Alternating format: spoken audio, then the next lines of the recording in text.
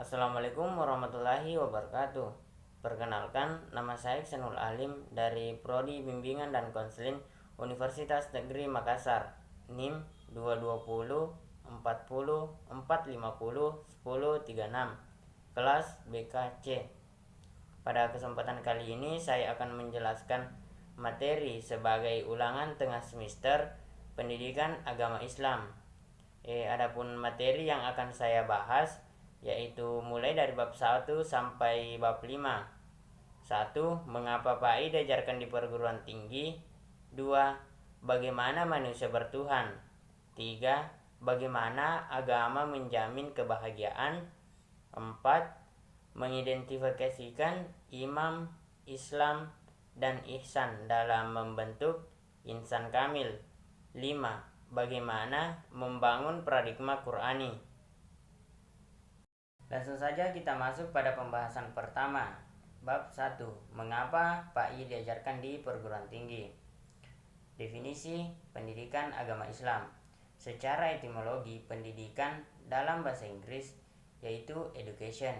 Education adalah pembelajaran, pengetahuan, keterampilan, dan kebiasaan sekelompok orang yang diturunkan dari suatu generasi ke generasi berikutnya melalui pengajaran, pelatihan, atau penelitian.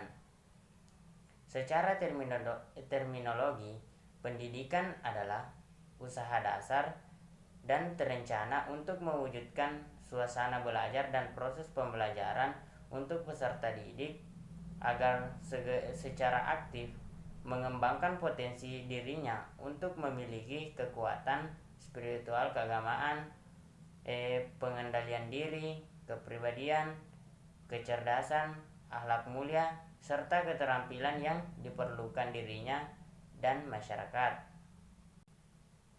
Agama Islam adalah ajaran suatu sistem yang mengatur tata keimanan, kepercayaan, dan kepribadian kepada Tuhan Yang Maha Kuasa serta lingkungannya. Dalam Kamus Besar Bahasa Indonesia, Islam adalah kedudukan seorang hamba kepada wahyu ilahi yang diturunkan kepada nabi dan rasul, khususnya Muhammad Sallallahu Alaihi Wasallam, guna dijadikan pedoman hidup dan juga sebagai hukum atau aturan Allah Subhanahu Wa Taala yang dapat membimbing umat manusia ke jalan yang lurus menuju ke kebahagiaan dunia dan akhirat. Quran Surah Al-Baqarah ayat 132, Quran Surat Al-Maidah ayat 72, Quran Surah Al-Imran ayat 19, Quran Surah Al-Maidah ayat 3. Alasan mengapa PAI diajarkan di perguruan tinggi. 1. Untuk memberikan landasan pengembangan pada kepribadian mahasiswa agar menjadi kaum intelektual yang senantiasa beriman. Quran Surah Al-Mujadilah ayat 11. 2.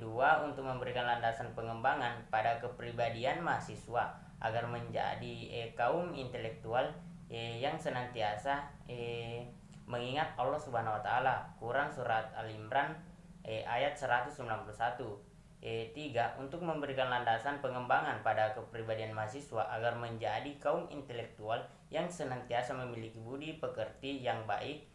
Quran Surah An-Nisa ayat 36. 4. Untuk memberikan landasan pengembangan pada kepribadian mahasiswa agar menjadi kaum intelektual yang senantiasa mampu berpikir kritis dan bersikap rasional. Quran Surah Al-Isra ayat 36. Quran Surah Al-Isra ayat 36 yang berbunyi, wala taqfu ma laisa laka bihi ilm, inna sam'a wal basara wal fuada kullu ulaika kana anhu mas'ula.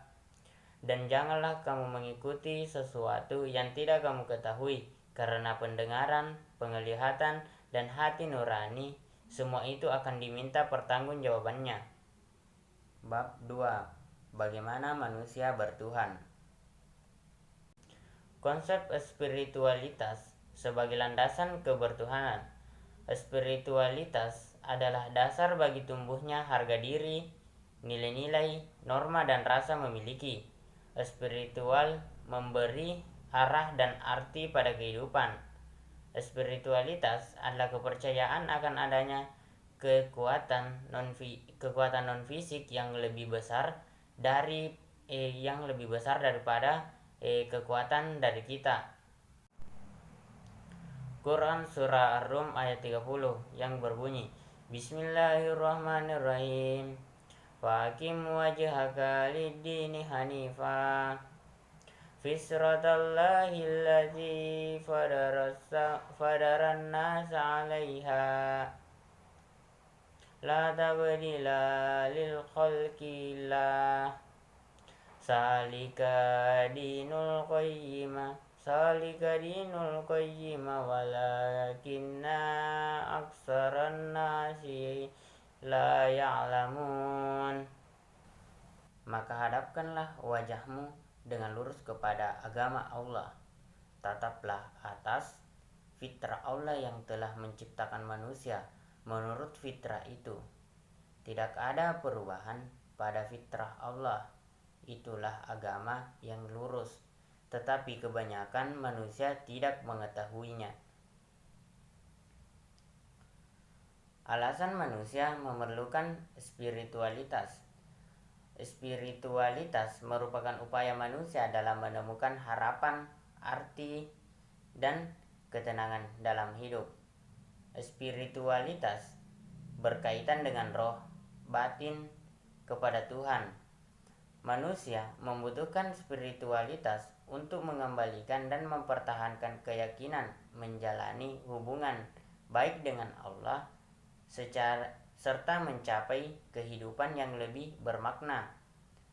Spiritualitas menjadi bagian terpenting dalam kehidupan manusia karena mendorong seseorang untuk menjadi pribadi yang lebih baik dan menemukan esensi dalam memaknai hidup. Kebermaknaan hidup akan membuat kehidupan menjadi lebih tentram, damai, indah, dan bahagia. Kebahagiaan tertinggi dapat diraih ketika manusia berhasil mengendalikan hawa nafsu, pikiran, dan tindakan, serta senantiasa merasakan kedekatan dengan Tuhan. Spiritualitas adalah konsep yang luas dengan berbagai dimensi dan perspektif yang ditandai adanya perasaan, keterikatan, koneksitas kepada sesuatu yang lebih besar dari diri kita, yang disertai dengan usaha pencarian makna dalam hidup, atau dapat dijelaskan sebagai pengalaman yang bersifat universal dan menyentuh. Setiap orang mempunyai tingkat spiritualitas yang berbeda-beda. Ada kalanya seseorang mengalami peningkatan dan penurunan spiritualitas.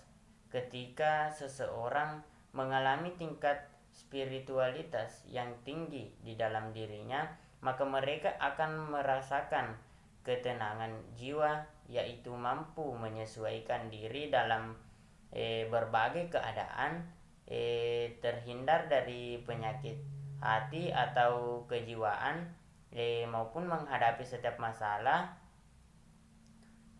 serta dapat memanfaatkan potensi yang ada dalam diri dengan sebaik-baiknya.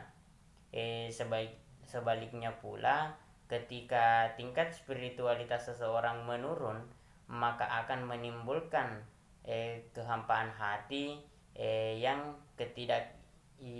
ketidakingatan akan tujuan hidup yang benar, dan biasanya akan menimbulkan sifat-sifat yang negatif. Melemahnya spiritualitas disebabkan karena hilangnya hubungan baik antara diri seseorang dengan orang tuanya, yang akan menimbulkan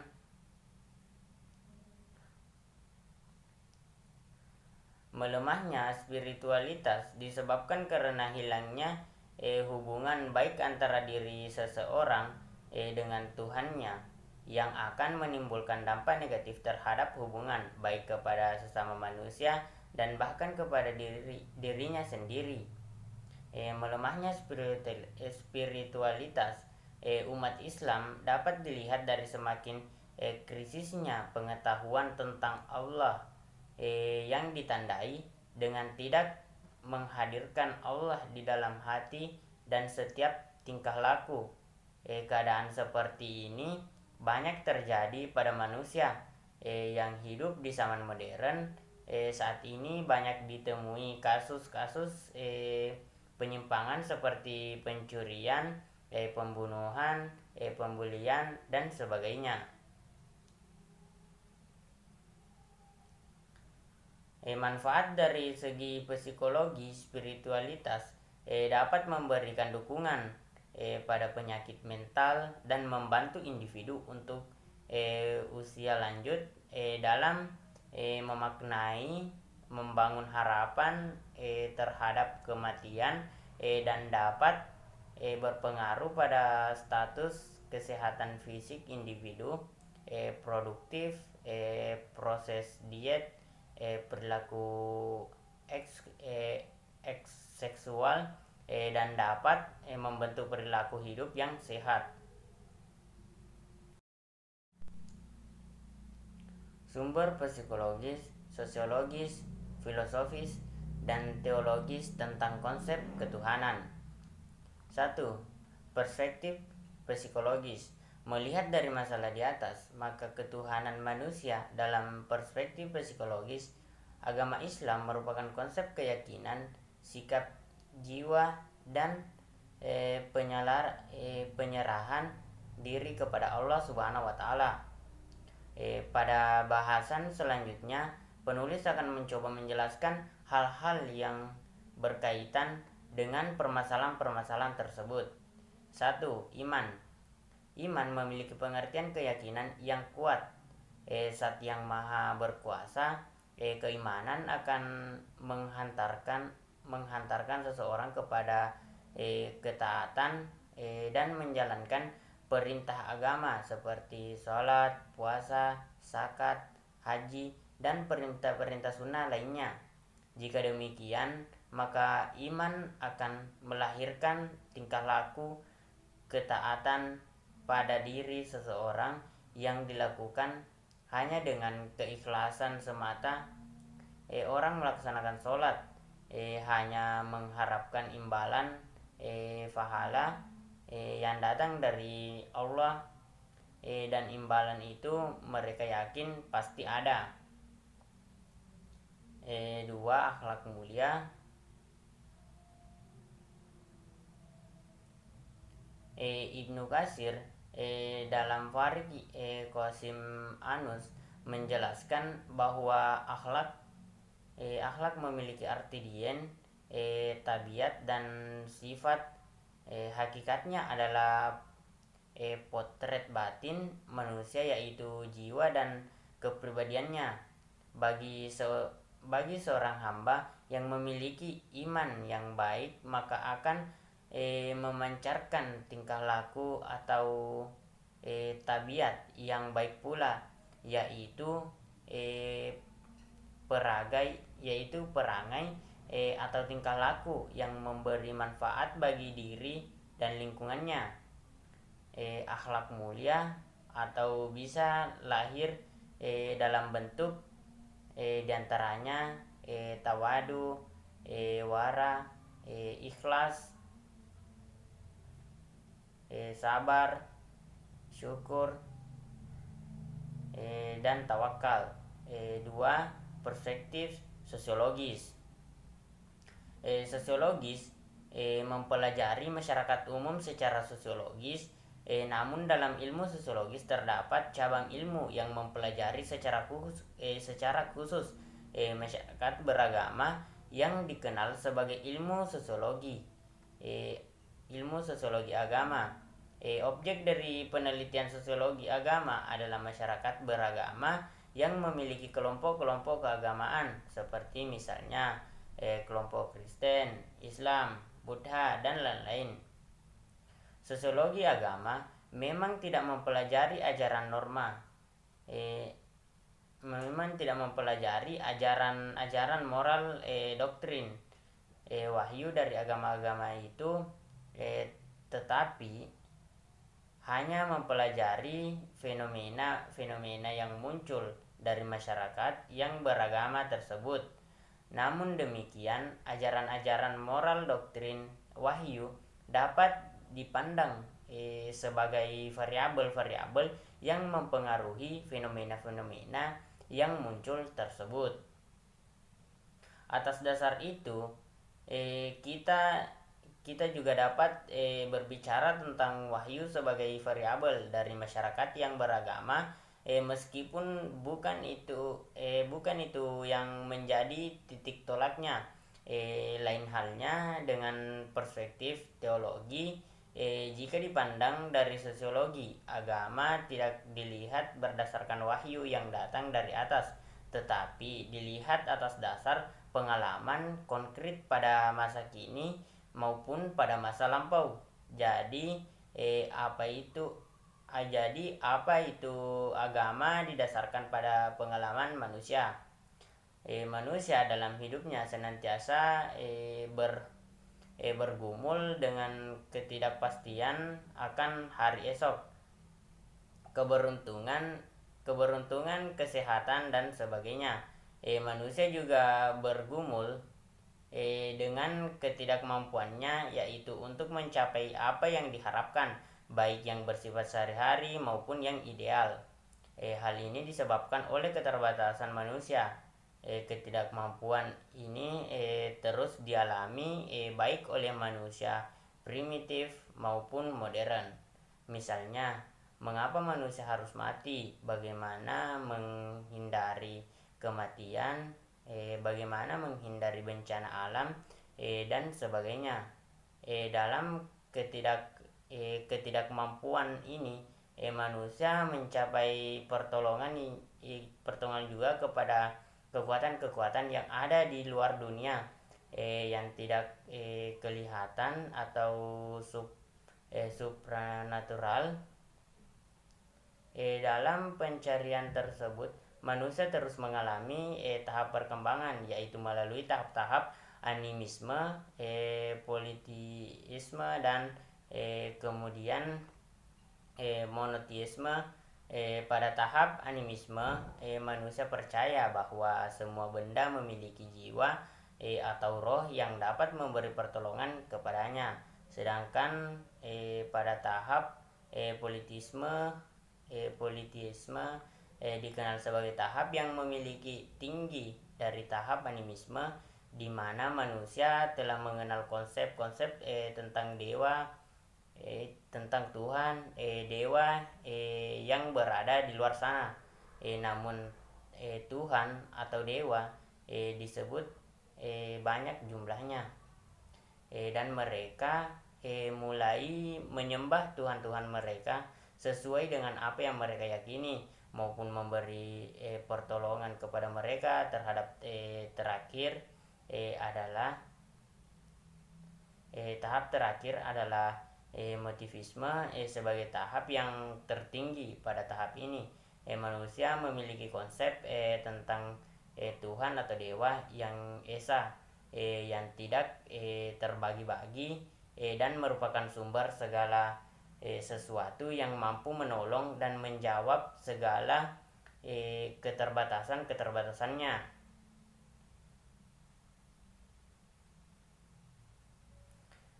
3. Perspektif filosofis. Pemaparan pertama mengenai konsep Tuhan dari filsafat teisme disampaikan oleh Samuel Vincenzo secara sederhana. Maka yang disebut dengan teisme adalah kepercayaan terhadap Tuhan. Dalam filsafat, diskusi akan Tuhan pada dasarnya sudah berkembang sejak lama. Bahkan permasalahan ketuhanan secara filosofis sudah muncul sejak filsafat itu sendiri ada. Socrates pun dalam pemikirannya sudah mulai mempertanyakan mengenai kesalahan sehingga teisme sendiri bukanlah suatu hal yang aneh, sedangkan ateisme diyakini muncul sebagai respon dari gejala sehingga teisme bukanlah suatu hal yang aneh.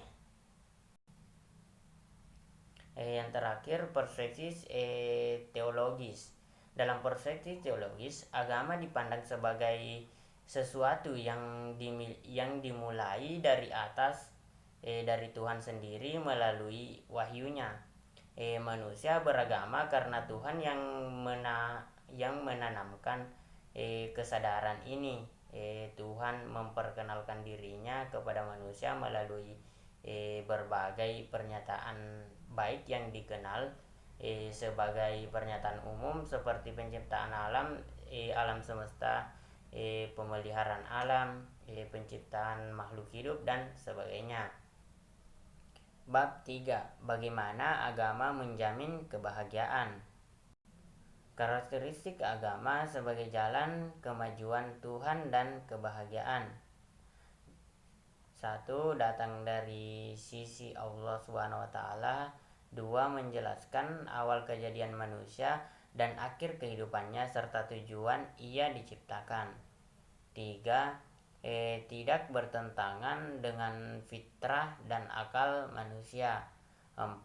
Mengatur semua bangsa paling tepat dalam memberikan solusi dari setiap masalah, memperhatikan kemaslahatan dan sangat memperhatikan hak-hak manusia. 5. Fleksibel, yaitu cocok untuk semua tempat, zaman, bangsa dan berbagai macam situasi. 6. Agama yang jauh dari kontradiksi. 7. Memelihara kesehatan. Quran Surah Al-Imran ayat 19 yang berbunyi, Bismillahirrahmanirrahim. Inna dina indallahi Islam wa ma talafal lazina utul kitaba illa min ba'di ma ja'ahumul ilmu bayan bainahum wa may yakfur bi ayatillahi fa innallaha sari'ul hisab.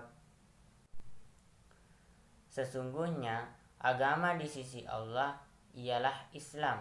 Tidaklah berselisih orang-orang yang telah diberi kitab kecuali setelah mereka memperoleh ilmu karena kedengkian di antara mereka. Barang siapa ingkar terhadap ayat-ayat Allah, maka sesungguhnya Allah sangat cepat perhitungannya. Alasan manusia harus beragama. Hidup beragama itu fitrah, dan karena itu manusia merasakan nikmat, nyaman, aman dan tenang. Sedangkan apabila hidup tanpa agama, manusia akan mengalami ketidaktenagaan, ketidaknyamanan, dan ketidaktentram, yang pada ujungnya ia hidup dalam ketidakbahagiaan. Argumen tentang Tauhidullah sebagai satu-satunya model beragama yang benar. Tauhidullah membebaskan manusia dari takhayul, khurafat, mitos dan bidah. Tauhidullah menempatkan manusia pada tempat yang bermartabat, tidak menghambakan diri kepada makhluk yang lebih rendah derajatnya daripada manusia. Esensi dan urgensi komitmen terhadap nilai-nilai tauhid untuk mencapai kebahagiaan. Nilai-nilai hidup yang dibangun di atas jiwa tauhid merupakan nilai positif, nilai kebenaran dan nilai ilahi yang abadi yang mengandung kebenaran mutlak dan universal. Nilai mutlak dan universal yang terdapat di dalamnya dapat menjadikan misi agama ini sebagai rahmatan lil alamin, agama yang membawa kedamaian, keselamatan, kesejahteraan, dan kebahagiaan umat manusia lahir dan batin, mengintegrasikan iman, Islam, dan ihsan dalam bentuk insan kamil. Konsep pembelajaran mengintegrasikan iman, Islam, dan ihsan dalam membentuk insan kamil. Menelusuri konsep dan urgensi Islam, iman, dan ihsan dalam membentuk insan kamil, manusia sempurna.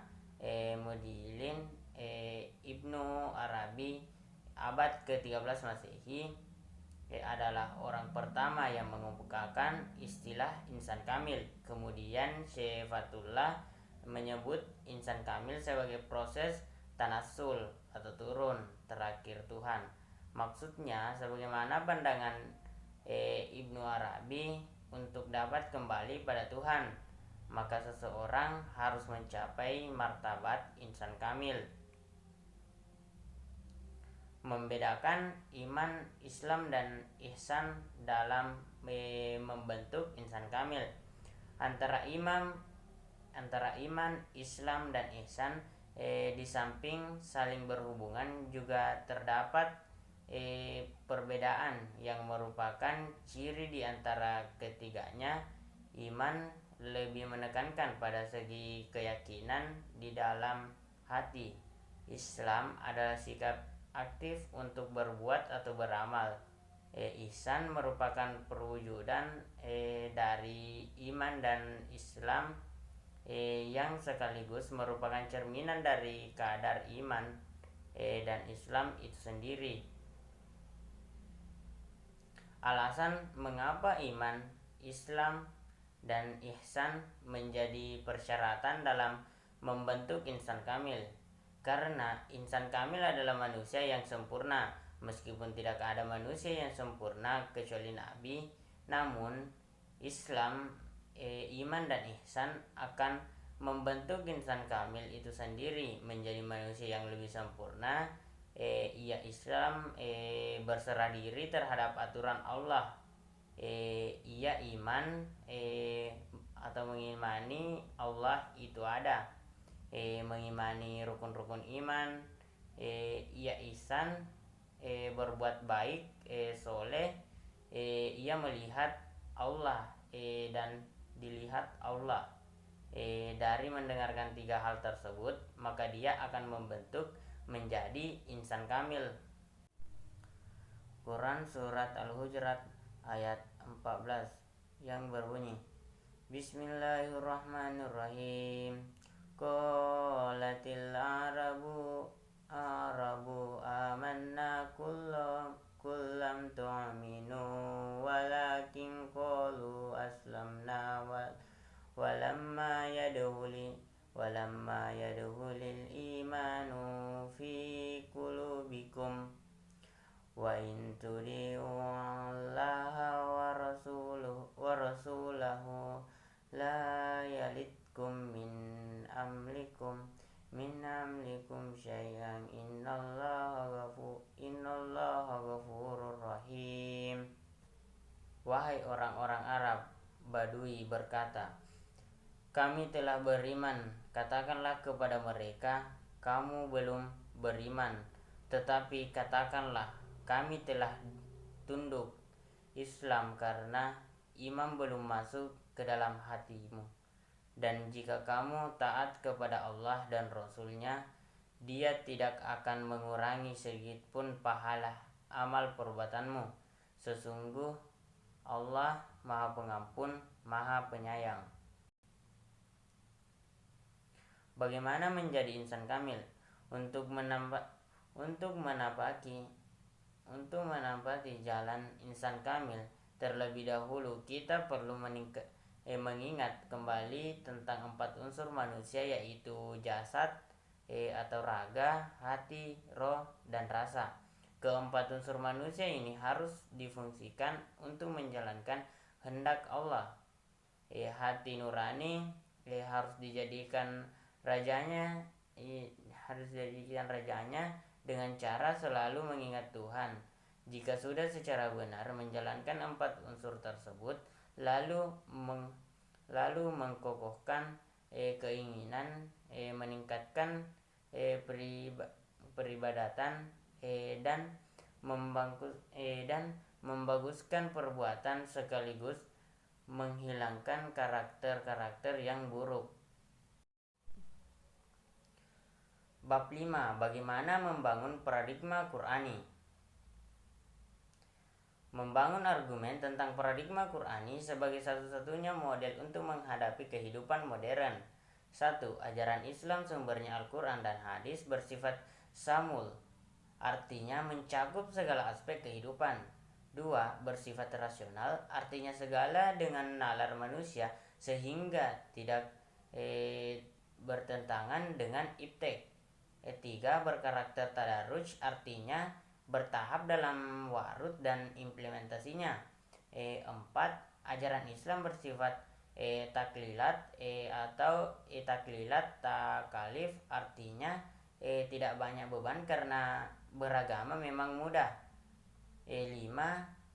Ajaran yang diangkat Al-Quran berkarakter ijaz, artinya bahwa redaksi Al-Quran dalam mengungkapkan berbagai persoalan, informasi, kisah, dan perjalanan selalu dengan gaya bahasa yang singkat, padat, indah, tetapi kaya makna, jelas dan menarik.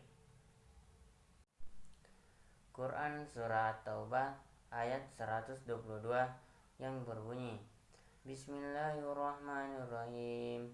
Wa ma kanal mu'minuna liyanfiru kaffa falaula nafara min kulli firqatin minkum ta'ifatul liyantafaqahum fid dini waliyunsiru qaumahum isa rajahu ilaihim la'allahum yahsarun. Dan tidak sepatutnya orang-orang mukmin itu semuanya pergi ke medan perang. Mengapa sebagian dari setiap golongan di antara mereka tidak pergi untuk memperdalam pengetahuan agama mereka dan untuk memberi peringatan kepada kaumnya apabila mereka telah kembali, agar mereka dapat menjaga dirinya. Itulah tadi penjelasan dari saya mengenai materi mengapa PAI diajarkan di perguruan tinggi dan bagaimana membangun paradigma Qur'ani. Cukup sekian dan terima kasih. Assalamualaikum warahmatullahi wabarakatuh.